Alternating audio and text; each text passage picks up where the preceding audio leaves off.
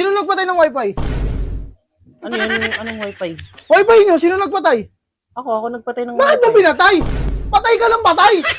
Dapat nagpapaalam ka muna! Ano nagpapaalam? Ya, kasi nirestart ko lang kasi marami akong ginagawa eh. Bakit mo ka nirestart? Ganun pa rin yung pinatay mo pa rin. Hindi ka nagpapaalam eh.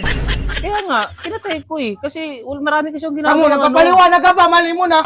Pinatay mo nga eh. Lumabas na sa bibig mo, pinatay mo eh.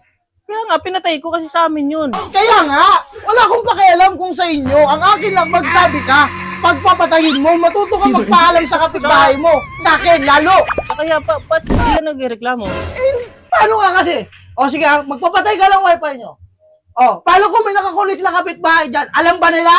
Hindi nila alam. Kasi patay ka lang patay. Mali ka na, sumasagot ka ba?